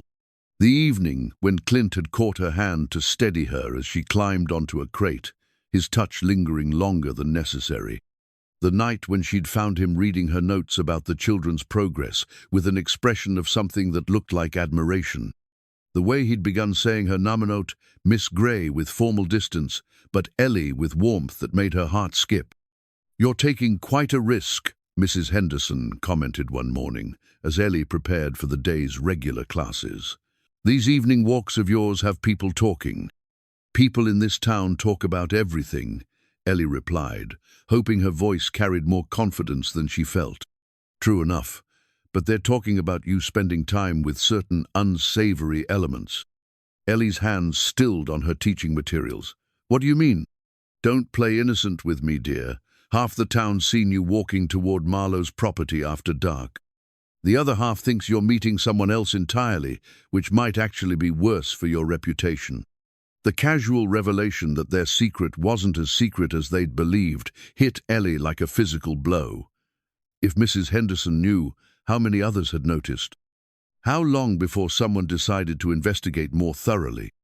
"I can't control what people think," Ellie said carefully. "I'm guilty of nothing more than taking evening walks." "I hope that's true," Mrs. Henderson said with genuine concern, "because if it's not, you're risking everything you've built here. Your position, your reputation, your future, all of it could be destroyed by association with that man." That evening, Ellie arrived at the stable with a heavy heart and difficult news to share. As soon as the children were settled with their reading assignments, she pulled Clint aside. "We've been noticed," she said quietly. "People are talking about my evening walks, making connections they shouldn't make." Clint's face went carefully blank, but she could see the tension in his shoulders. "What kind of talk?" "The kind that could end this arrangement very quickly if we're not careful." For a long moment, they stood in the amber circle of lamplight, the weight of consequences settling between them like a challenge neither had expected to face so soon. "Maybe it's time to stop," Clint said finally, "before you lose everything for something that was never meant to last." "No," Ellie said with fierce conviction. "I won't abandon them, or you." The last two words escaped before she could stop them, revealing more than she'd intended. Clint's eyes widened slightly, and she saw her own feelings reflected back at Hertha, recognition that somewhere in their shared mission, they'd found something worth fighting for that went beyond the children's education. "Ellie," he said softly, and her name on his lips sounded like both a prayer and a warning. Behind them, Tommy called out with a question about his arithmetic, breaking the spell of the moment. But as they returned to their students, both carried the knowledge that their partnership had become something the town would find even more scandalous than their secret school. They were falling in love, and in Ash Ridge, that might be the most dangerous lesson of all. The faded photograph fell from between the pages of Clint's arithmetic book like a pressed flower, fluttering to the stable floor where Ellie had been arranging the evening's materials. She bent to retrieve it automatically, intending to hand it back without looking, but the images captured in sepia tones stopped her breath entirely. A younger Clint Marlowe stared back at her, his face unmarked by the scar that now defined his appearance to the people of Ash Ridge. Beside him stood a woman with kind eyes and dark hair, arranged in the fashion of several years past. Between them, a little girl of perhaps 5 years old smiled with the unconscious joy of childhood, her small hand clasped in Clint's larger one. The family portrait spoke of happiness, of love, of a life that seemed utterly at odds with the solitary existence Clint now lived. Ellie found herself staring at the image, trying to reconcile this glimpse of a different past with the man she thought she knew. "You shouldn't have seen that." Clint's voice came from directly behind her, quiet and strained. She turned to find him standing in the stable entrance, his face carefully blank, but his eyes reflecting something that looked like old pain made fresh. "I'm sorry," Ellie said, offering the photograph with hands that trembled slightly. "It fell out of your book. I wasn't prying. It doesn't matter." He took the picture from her, his fingers careful with the worn edges. "Though, I suppose you have questions now." Before Ellie could respond, the sound of approaching voices interrupted them. The children were arriving for their evening lesson, chattering among themselves as they made their way to the stable. With practiced efficiency, Clint tucked the photograph away while Ellie arranged her expression into something resembling normalcy. The lesson that followed was a study in distraction. While Tommy worked through arithmetic problems and Sarah helped Maria with vocabulary words, Ellie found her attention repeatedly drawn to Clint. She noticed details she'd missed before, the way his eyes sometimes grew distant during quiet moments, the careful way he spoke about family or future plans, the gentle sadness that seemed to underlie his interactions with the children. Who were the woman and child in the photograph? Where were they now? And what had happened to transform the happy man in that image into the isolated figure the town now feared? When the children finally departed into the night, each carrying books and assignments for the following session, Ellie and Clint found themselves alone with questions that demanded answers. "You don't owe me any explanations," Ellie said finally, breaking the tense silence that had settled between them. "Maybe not," Clint replied, settling onto one of the wooden crates that served as their makeshift furniture. "But you've risked your reputation and your future to help with something that could destroy you if discovered. You deserve to know who you're really working with." He was quiet for so long that Ellie began to think he'd changed his mind about sharing his story. When he finally spoke, his voice carried the weight of memories too painful to examine closely. "Her name was Catherine. The little girl was Emma, my wife and daughter." The simple words hit Ellie like a physical blow. Wife and daughter past tense, spoken with the careful precision of someone who'd learned to navigate around old wounds. "They died 3 years ago," Clint continued, his gaze fixed on some point beyond the stable walls. "Fever took them both within a week of each other. I was away on a cattle drive when it started. Didn't even know they were sick until I came home to find." He stopped, his jaw working as he struggled with emotions too raw for easy expression. Ellie wanted to offer comfort, to say something that might ease the pain she could see etched in every line of his face. But she recognized the kind of grief that couldn't be soothed with words, the type of loss that changed a person's fundamental understanding of the world. "I'm so sorry," she said quietly, and meant it with every fiber of her being. "I went a little crazy after that," Clint said, his voice growing rougher. "Sold the ranch, spent months drinking and drifting from town to town. Ended up in Ash Ridge about 2 years ago, figured it was as good a place as any to disappear." "The saloon fight," Ellie said, beginning to understand. Clint nodded grimly. "I was drunk, angry at the world, looking for any excuse to hit something. Found it when I saw Jake Peterson cornering a woman behind the saloon, trying to force himself on her despite her protests."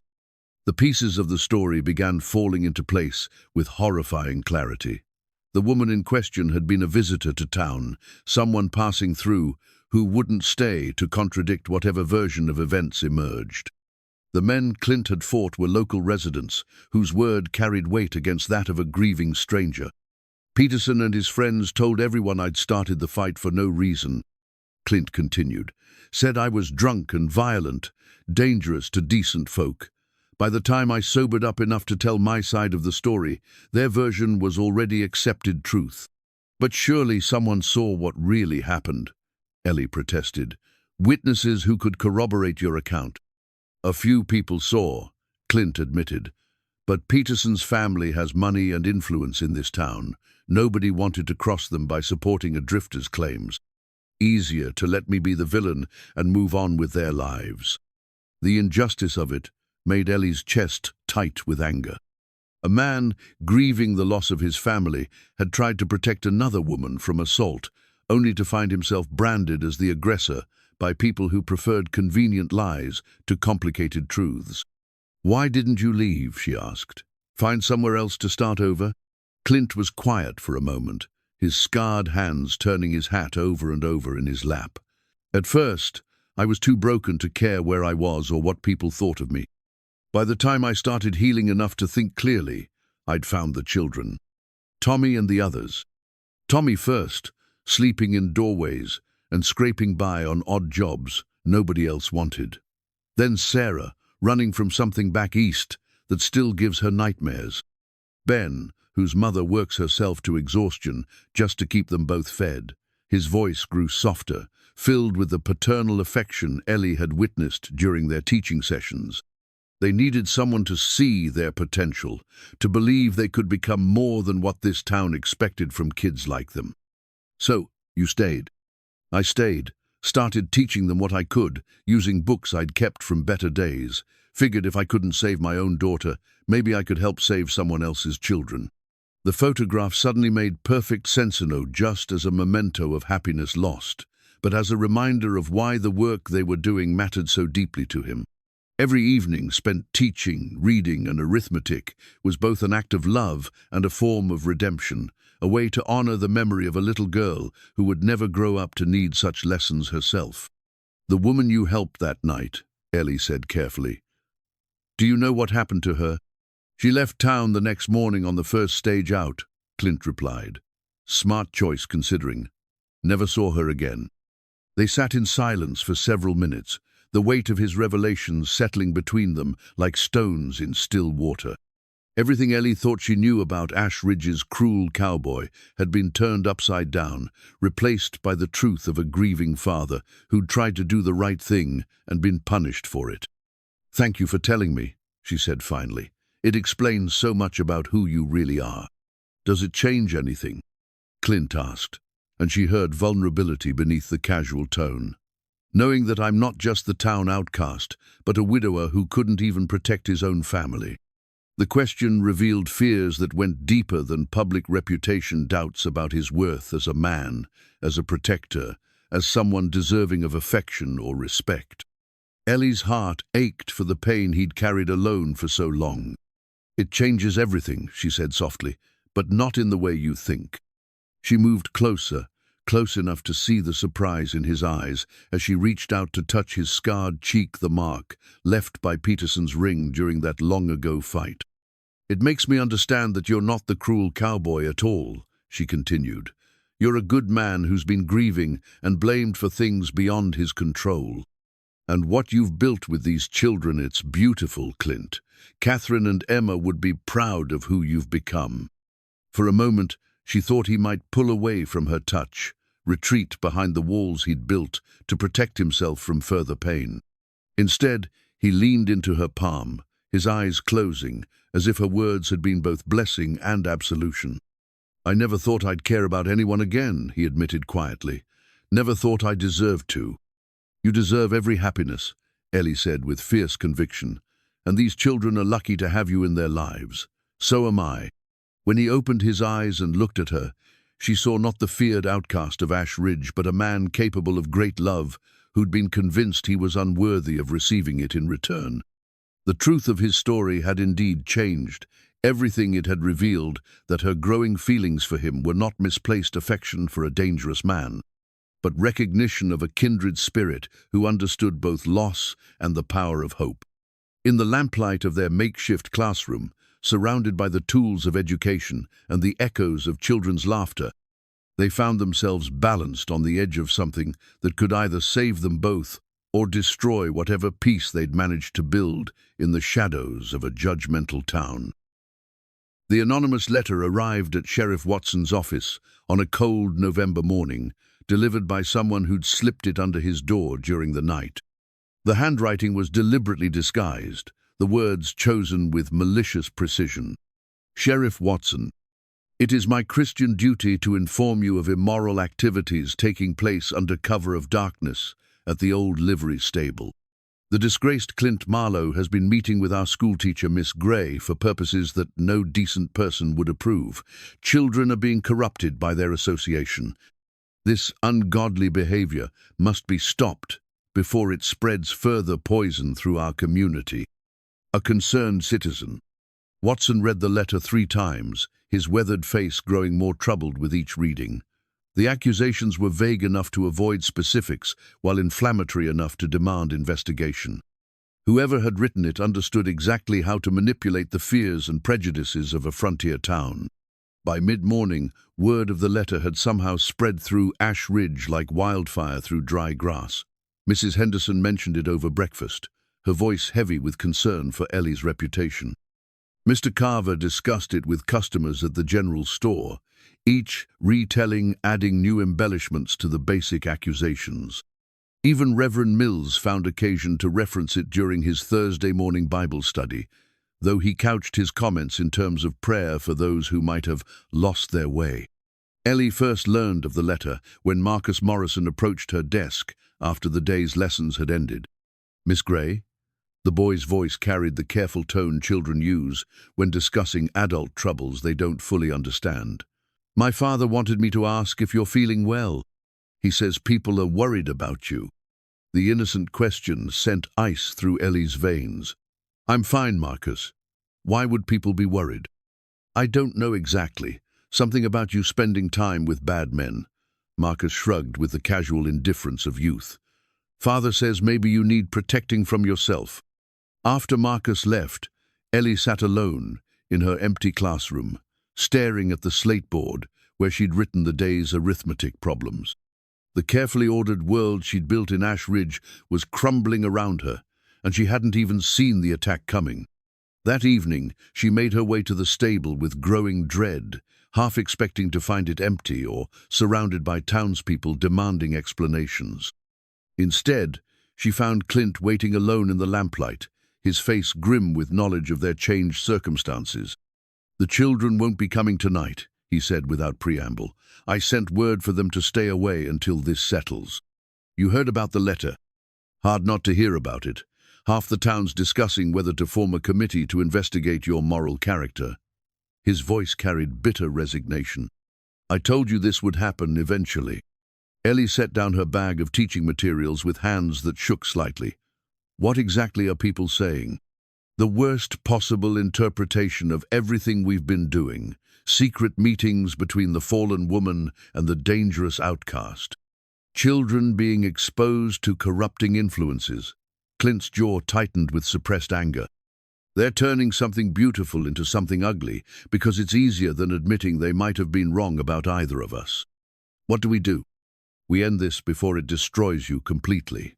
Clint began gathering the children's books, stacking them with careful precision. "I'll take responsibility for everything. Tell them I forced you to help, threatened you somehow. Your reputation might survive if people believe you were coerced." "Absolutely not," Ellie said with fierce conviction. "I won't let you sacrifice yourself to protect me. What's the alternative? Let them destroy both of us." Clint's voice rose with frustration. "You have a life here, Ellie. A respectable position, a future.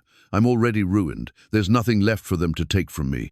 "There's everything left to take," she countered. "Your self-respect, your relationship with the children, any chance at happiness. I won't be the reason you lose those things."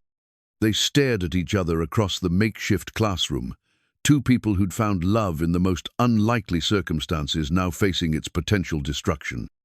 The books and supplies that had seemed so important moments before lay forgotten as the weight of their situation settled between them.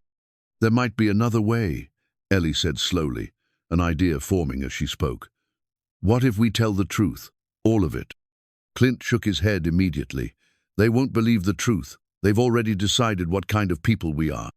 Some won't believe it, Ellie agreed, but others might. The parents who've seen changes in Tommy, Sarah, Ben, Maria, people who've noticed that the children are reading better, asking smarter questions, showing hope for their futures. It's too dangerous. If we're wrong, we're no worse off than we are now. Ellie interrupted. But if we're right, if even a few people listen to what we've actually been doing, we might save not just ourselves but the school as well. Clint was quiet for a long moment, his scarred hands still mechanically stacking books, while his mind worked through possibilities and probabilities. When he finally looked up, his expression carried the weight of a man who'd learned not to hope for miracles. You're talking about standing up in front of the whole town and admitting to everything we've done, defending something they're already convinced is wrong.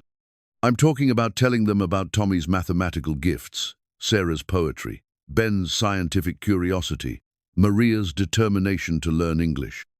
I'm talking about showing them what we've actually accomplished instead of letting them imagine the worst. And if they still condemn us, Ellie met his gaze steadily, then at least we'll go down fighting for something worthwhile instead of slinking away in shame. The sound of approaching footsteps interrupted their conversation, both tensed, expecting the worst, until Tommy's familiar voice called softly from outside the stable. "Mr. Marlowe, Miss Gray, are you in there?" "Tommy," Clint called back, relief evident in his voice. "I told you to stay away tonight." The boy appeared in the doorway, followed by Sarah, Ben, and Maria. All four children looked frightened, but determined, clutching their books like protective talismans. "We heard what people are saying," Sarah announced, her young voice steady despite her obvious fear. "About you two doing bad things." "We know it's not true," Tommy added fiercely. "You've been teaching us, helping us learn things. Nobody else cared if we knew." "But people won't listen to kids," Ben said sadly. "They think we don't understand what's really happening." "We want to help," Maria said in careful English, her accent still thick, but her meaning clear. "You help us, now we help you." Ellie felt tears prick her eyes at their loyalty, their willingness to risk what little security they had to defend the people who'd given them hope. These children understood better than most adults what they stood to lose if the evening school was destroyed. "It's too dangerous for you to be involved," Clint said gently. "This is adult trouble." "No," Sarah said with startling firmness. "This is our trouble too. If they make you stop teaching us, where does that leave us? Back where we started, with nothing." "She's right," Tommy said, his young face set with determination. "We're the proof that what you've been doing is good. Maybe if people see how much we've learned, they'll understand." Ellie looked at Clint and saw her own thoughts reflected in his expression. The children were offering to stand with them, to risk whatever consequences might come from publicly supporting their discredited teachers. It was both heartbreaking and inspiring a testament to the bonds that had formed in their unlikely classroom. "If we do this," Clint said slowly, "there's no going back. Once we make this public, everyone will know about the school, about what we've been doing." "They already know something," Ellie pointed out. "The question is whether we let them define what that something is, or whether we show them the truth ourselves." The children waited in the lamplight while their teachers made a decision that would affect all their lives. Outside, the November wind rattled the stable walls, carrying the promise of winter and change. Finally, Clint nodded. "We tell them everything. Let them see what we've built instead of what they imagine we've done." "When?" Ellie asked. "Sunday after church services, when the whole town's gathered and there's no avoiding the conversation." Clint's expression was grim but determined. "We ask for a town meeting and lay out the facts. What if they won't listen? Then we'll know we tried," Tommy said with wisdom beyond his years, "and we'll face whatever comes next together." As they made plans for what might be their final stand, Ellie found herself thinking about courage and truth, about the price of doing what's right in a world that often prefers comfortable lies. They were about to risk everything for the chance to protect something precious, not just their love for each other, but their commitment to children who deserved better than society's cast-offs. It was a gamble with impossible odds, but it was also the only choice they could live with. The next few days would determine whether Ash Ridge was ready to see past its prejudices, or whether some truths were too challenging for a small town to accept. The church was fuller than it had been since Easter Sunday, packed with townspeople who'd come as much for the promised confrontation as for Reverend Mill's sermon on moral rectitude. Word had spread through Ash Ridge like a summer grass fire. There would be a town meeting after services to address the situation involving their schoolteacher and the notorious Clint Marlowe. Ellie sat in her usual pew near the front, acutely aware of the whispered conversations and sideways glances that followed her every movement. The respectful nods and morning greetings she'd grown accustomed to had been replaced by suspicious stares and pointed silences. In the span of 3 days, she'd gone from being the town's educated lady to its suspected fallen woman.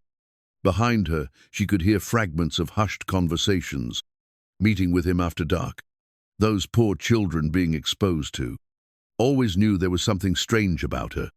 The Reverend's sermon seemed specifically crafted to address the current scandal without mentioning names directly.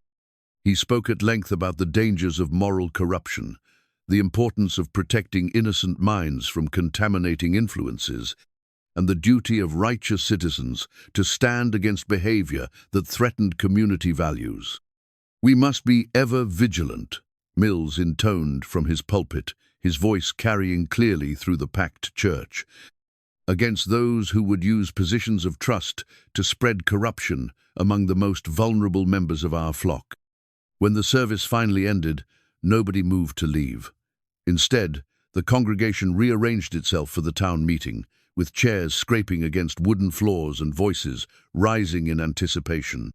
Ellie remained seated as the crowd settled around her, feeling like a defendant awaiting trial. Sheriff Watson stepped forward to moderate the proceedings, his weathered face grave with the weight of his responsibilities. "Folks, we're here to address concerns that have been raised about activities involving Miss Gray and Clint Marlowe. Before we begin, I want to remind everyone that we're here to seek truth, not to satisfy curiosity or spread gossip." Councilman Webb rose from his front row seat, his considerable bulk making the movement laboriously dramatic. "Sheriff, with all due respect, this isn't about gossip. This is about protecting our children from corrupting influences and maintaining moral standards in our community." A murmur of agreement rippled through the crowd. Ellie could see the Peterson family in the third row, Jake Peterson's face still bearing faint scars from his long-ago encounter with Clint. His presence reminded everyone of the violence they associated with the man they were there to condemn. "I call on Miss Gray to explain herself," Webb continued, his voice carrying the authority of his position.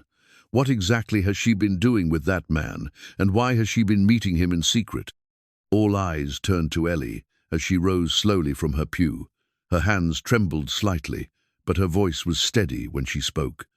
"I've been helping Mr. Marlowe teach children to read."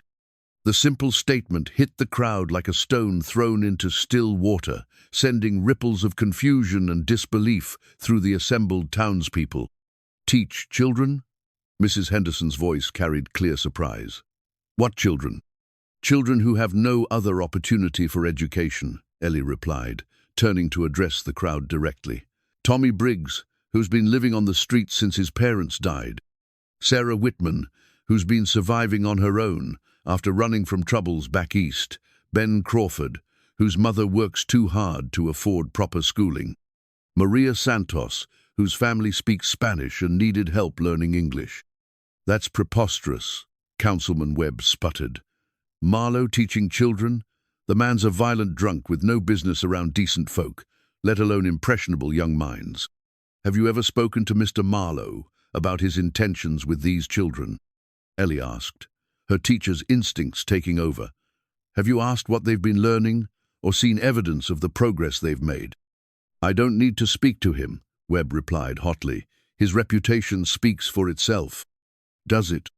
The question came from the back of the church, where Clint Marlowe stood in the doorway. A collective intake of breath swept through the crowd as he stepped inside, removing his hat with quiet dignity.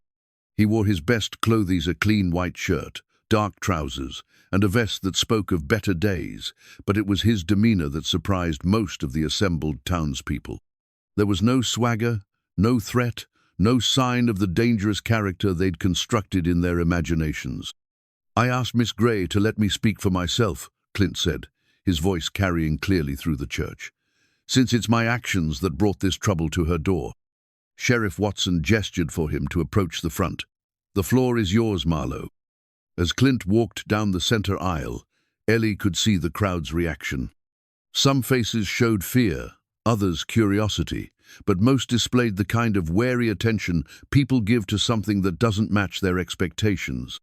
"3 years ago," Clint began, standing near the pulpit where the Reverend had delivered his sermon on moral corruption, "I lost my wife and daughter to fever. It broke something in me, left me angry at the world and looking for ways to numb the pain." His voice was steady, but Ellie could hear the effort it cost him to speak about his loss in front of people who'd already judged him irredeemable. "I came to Ash Ridge looking for a place to disappear, and I found children who needed help. Tommy Briggs, sleeping in doorways and working for pennies. Ben Crawford, whose mother couldn't afford to send him to school. Sarah Whitman, a girl with no safe place to go." He paused, his gaze moving across the crowd with quiet dignity. "I started teaching them because I remembered what it felt like to have someone believe you could be more than your circumstances. My own daughter will never have the chance to learn her letters, but maybe I could help someone else's children find hope in education. You expect us to believe," Jake Peterson called out from his seat, "that you've been meeting with these children out of the goodness of your heart, a man who nearly killed 3 people in a drunken rage." Clint's jaw tightened, but his voice remained calm. "I expect you to look at the evidence of what we've accomplished, not the stories you've told yourselves about who I am." "What evidence?" Councilman Webb demanded. "Tommy," Clint called toward the back of the church. "Would you come forward, please?" The crowd turned as Tommy Briggs walked down the center aisle, his thin frame dressed in clothes that had been carefully cleaned for the occasion. The boy's face was pale but determined as he took his place beside Clint. "Tommy," Clint said gently, "would you show these folks what you've learned?" The boy nodded and pulled a piece of paper from his pocket. In a clear voice that carried to every corner of the church, he began to read, "Education is the pathway from darkness to light, from ignorance to knowledge, from despair to hope. Every child deserves the chance to learn, to grow, and to dream of a better future." The words hung in the air like a challenge to every assumption the townspeople had made about the boy they'd dismissed as worthless street trash. This wasn't the barely literate waif they'd expected, but a young scholar speaking with confidence and intelligence.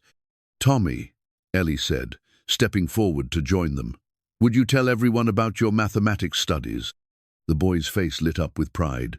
"Mr. Marlowe taught me that numbers follow patterns, just like music or poetry. If you understand the patterns, you can solve problems that look impossible at first." He turned to face the crowd directly. "Would anyone like to give me an arithmetic problem to solve?" Dr. Morrison rose from his seat, his expression thoughtful. "What's 17 times 24? Tommy considered for a moment, then smiled. 408. "Would you like me to show my work?" A murmur of surprise rippled through the crowd. This level of mathematical ability was impressive for any child, remarkable for one they'd assumed was barely educable. "This proves nothing," Councilman Webb protested, though his voice lacked its earlier conviction. One child reciting prepared lines. "It's not prepared," Tommy interrupted with respectful firmness. "Mr. Marlowe and Miss Gray taught me to think, not just memorize. They showed me that learning is about understanding, not just repeating what someone else tells you." The boy's defense of his teachers was more powerful than any argument the adults might have made.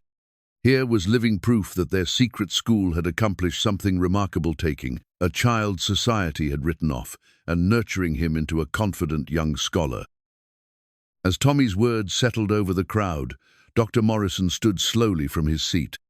The town's physician commanded respect even from those who disagreed with him, and his opinion carried weight in matters requiring careful judgment. "I'd like to say something," Morrison announced, his voice cutting through the murmur of confused conversations. "About the night Clint Marlowe fought Jake Peterson and his friends." A hush fell over the church. This was the incident that had defined Marlowe's reputation in Ash Ridge, the violence that had branded him as dangerous and unwelcome. Jake Peterson's face went pale, while his companions shifted uncomfortably in their seats. "I was there that night," Morrison continued, his gaze moving across the crowd with deliberate precision. "Called to tend the injured after the fight was over. What I saw then, and what I've remained silent about since, weighs heavily on my conscience."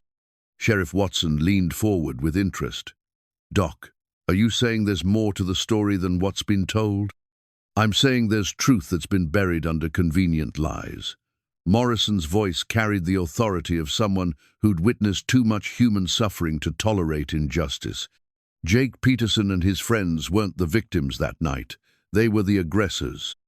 Peterson jumped to his feet, his face flushed with anger. "That's a damned lie. Marlowe attacked us without provocation." "Sit down, Jake," Morrison commanded with quiet steel. "You've had 3 years to maintain your version of events. Now it's time for the truth." The doctor turned to address the full congregation. "I arrived at the scene to find a Womana traveling lady who'd stopped in town for the night cowering behind the saloon in torn clothing. She was terrified, shaking, barely coherent. When I examined her, I found evidence of attempted assault." A collective gasp swept through the church. This was not the story they'd been told, not the narrative that had shaped their understanding of that violent night. "The woman told me what happened," Morrison continued relentlessly. "Peterson and 2 of his friends had cornered her, demanding favors she wasn't willing to provide. When she tried to leave, they became violent. Marlowe happened upon the scene and intervened." "Why didn't you speak up before?" Sheriff Watson demanded, his voice tight with the implications of what he was hearing. "Because the woman begged me not to involve her in any legal proceedings. She was already ruined by what had happened. Having her name attached to a public trial would have destroyed her completely.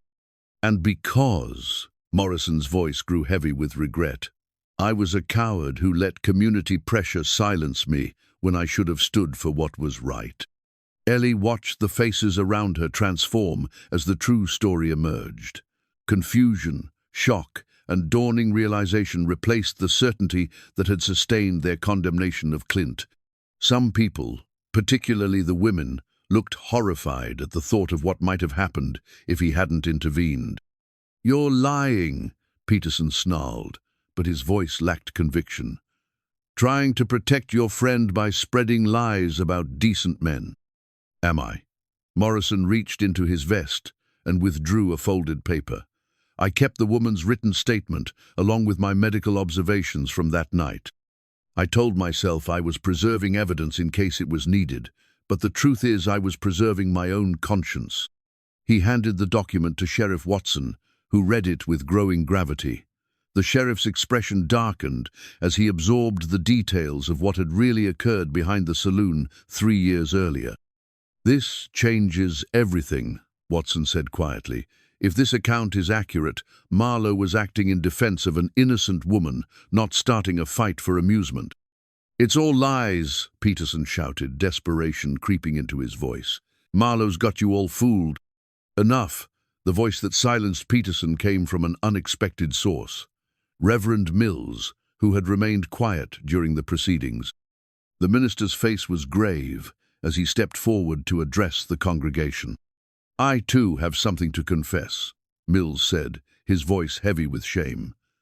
"I was present that night, walking home from visiting a sick parishioner. I saw the altercation begin, saw Peterson and his companions cornering the woman. I saw Mr. Marlowe attempt to intervene peacefully before violence became necessary. The revelation from their spiritual leader hit the crowd like a physical blow.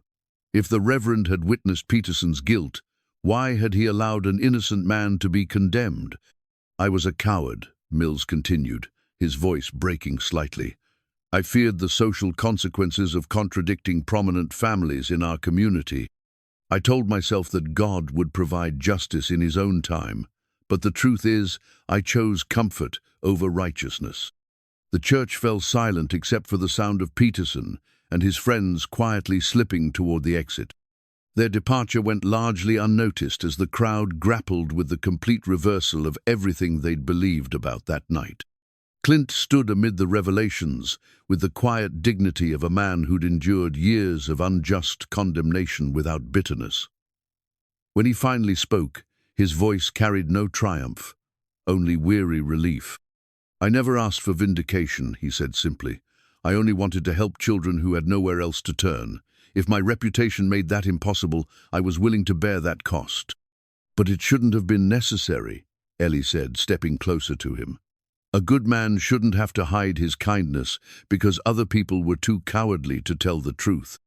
Tommy moved to stand beside them, followed by Sarah, Ben, and Maria. The children formed a protective circle around their teachers, their young faces serious with understanding of what was at stake. "Mr. Marlowe saved my life," Sarah said suddenly, her voice clear and strong. "Not just by teaching me to read, but by showing me that some adults can be trusted, that some people keep their promises.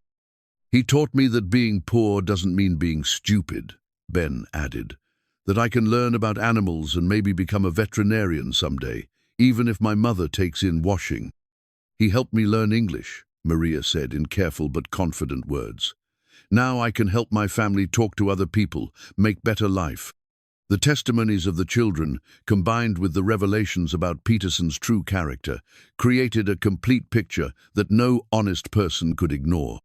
The cruel cowboy was revealed as a protective father figure, the dangerous outcast as a dedicated teacher. Sheriff Watson rose from his seat, his expression grim with the weight of justice, too long delayed. "I have some arrests to make," he announced. "Peterson, Mitchell, and Barnsjö coming with me to answer questions about events from 3 years ago." As the 3 men were led away in custody, the remainder of the congregation began to disperse, their conversations subdued and thoughtful. The comfortable certainties that had governed their understanding of right and wrong had been shattered, replaced by uncomfortable questions about their own capacity for judgment and justice. "Doctor," Morrison approached Clint with an extended hand. "I owe you an apology that's 3 years overdue," he said simply, "and my gratitude for preventing something terrible from happening." "Apology accepted," Clint replied, shaking the doctor's hand. "What matters now is what we do going forward." "Indeed," Morrison agreed. "And I believe what you and Miss Gray have been doing with these children is exactly what this town needs. Education, compassion, second chances virtues we should be celebrating, not condemning." As the church emptied, Ellie found herself standing with Clint and the children in a space that had witnessed both their condemnation and their vindication. The morning had transformed them from pariahs into heroes, though the change felt surreal after months of secrecy and fear. "What happens now?" Tommy asked, his young face hopeful but uncertain. "Now," Ellie said, looking at Clint with love and admiration, "we build a proper school, one where every child who wants to learn is welcome, regardless of their circumstances." The vote, when it came later that afternoon, was overwhelmingly in favor of establishing an official evening school for working children, with Clint Marlowe and Ellie Gray as its appointed teachers. Truth, it seemed, had finally prevailed over prejudice in the town of Ash Ridge. 6 months later, the brass bell mounted beside the door of Ash Ridge's official evening school rang out across the prairie, calling working children to their lessons as the sun settled low over the Montana grassland. The bell had been donated by the town council as both an apology and a symbol of their commitment to education for all children, regardless of their families' circumstances. Ellie stood in the doorway of what had once been the old livery stable, now transformed into a proper classroom with real desks, a blackboard, oil lamps for adequate lighting, and shelves lined with books donated by families throughout the county. The space bore little resemblance to the makeshift school where their journey had begun, yet it retained the warmth and sense of sanctuary that had made it special from the beginning. "Miss Gray, I mean Mrs. Marlowe," Tommy called from his desk near the front of the room, his grin wide with the joy of a boy who'd found his place in the world. At 13, he'd grown several inches and filled out considerably, his mathematical abilities earning him recognition from the Territorial Education Board. "Are you ready for tonight's presentation?" Ellie touched the simple gold band on her finger, still marveling at how naturally it felt to be called by her married name. The wedding had taken place on a crisp January morning, with the children serving as witnesses and half the town in attendance, a celebration that would have been unimaginable just months earlier. "I'm ready if you are," she replied, watching as Tommy arranged his papers with the careful precision of a born scholar. Tonight, he would present his research on innovative farming techniques to a gathering that included several prominent ranchers interested in hearing his ideas. The boy who'd once swept saloon floors for pennies was now consulted on matters of agricultural science. Sarah Whitman entered the classroom carrying an armload of books, her confidence a stark contrast to the frightened runaway who'd first appeared in their secret stable school. At 15, she'd become Ellie's unofficial assistant teacher, working with younger children while pursuing her own advanced studies. Her poetry had been published in the territorial newspaper, earning praise from readers across Montana. "The new students are here," Sarah announced, setting down her books. "Maria's bringing them in." Through the doorway came Maria Santos, now fluent in English and serving as translator for families throughout the region. Behind her walked 3 children whose circumstances reminded Ellie of those early days: a boy whose father worked the railroad, a girl whose mother took in sewing, and twins whose family had recently arrived from Ireland with nothing but hope and determination. Ben Crawford bounded in with his usual enthusiasm, his arms full of specimens he'd collected for the evening's natural science lesson. At 12, he'd already been accepted as an apprentice to Dr. Morrison, learning both veterinary and medical skills that would serve him well in a territory where such knowledge was precious and rare. "Look what I found," Ben announced, carefully unwrapping a preserved butterfly. "It's a species I've never seen before. I wrote to the university in Bozeman about it."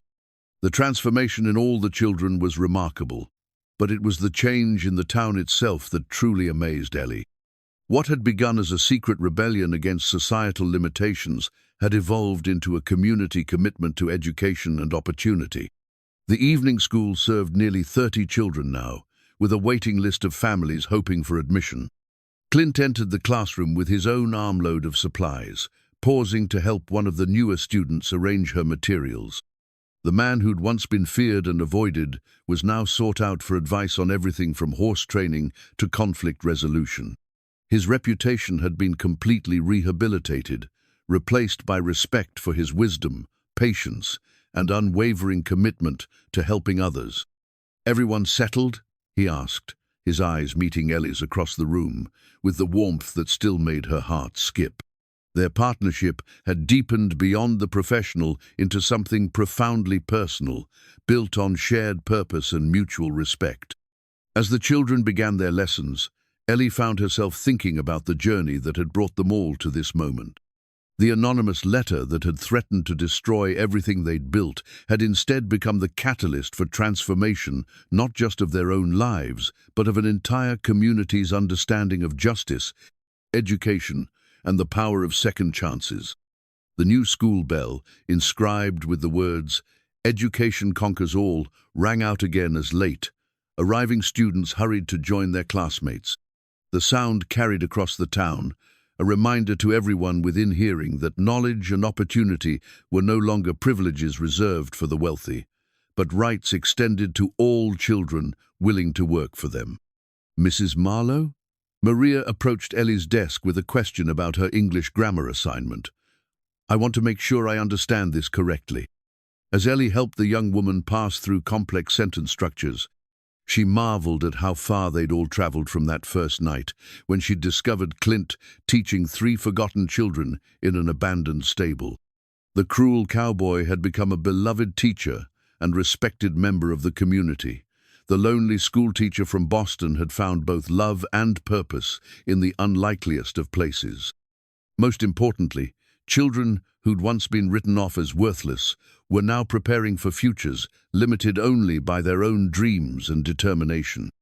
Tommy stood to present his agricultural research, his voice clear and confident as he explained irrigation techniques to an audience that included some of the most successful ranchers in the territory. Sarah read one of her poems about frontier life, her words painting pictures that made even hardened cowboys nod with recognition and respect. Ben demonstrated his knowledge of animal anatomy while discussing his plans to establish a veterinary practice that would serve the entire region. As the evening progressed, Ellie watched Clint move among the students with the same gentle patience he'd shown from the beginning. He caught her eye and smiled the expression, transforming his scarred face into something beautiful and kind. The photograph he'd once hidden away now sat prominently on their mantelpiece at home, a reminder that love endures beyond loss and that purpose can be found even in the deepest grief. When the last student had departed into the night, carrying books and assignments and dreams that seemed suddenly achievable, Ellie and Clint stood together in their classroom. The oil lamps cast warm shadows across walls, lined with student artwork and achievement certificates, testament to the power of believing in potential others couldn't see. "Do you ever wonder what would have happened if you hadn't followed Tommy that night?" Clint asked, his arms settling around her waist with familiar comfort. "I try not to think about it," Ellie replied, leaning into his strength. "But I know we were meant to find each other, to build this together." Outside, the Montana wind carried the sounds of a town settling into peaceful night, children safely home from their lessons. Families gathered around dinner tables where conversations now included discussions of books and ideas and possibilities that seemed limitless under the vast prairie sky. The cruel cowboy and the lonely teacher had become something far more precious, a family bound together not just by love, but by their shared commitment to nurturing hope in places where others saw only hardship. Their makeshift classroom had evolved into a beacon of opportunity, proof that sometimes the roughest hands do indeed hold the gentlest truths, and that love truly grows best where no one thought to plant it. As they extinguished the lamps and locked the door behind them, the brass bell caught the last rays of sunlight, gleaming like a promise that tomorrow would bring new chances to learn, to grow, and to discover that education, like love, has the power to transform not just individual lives, but entire communities willing to open their hearts to change.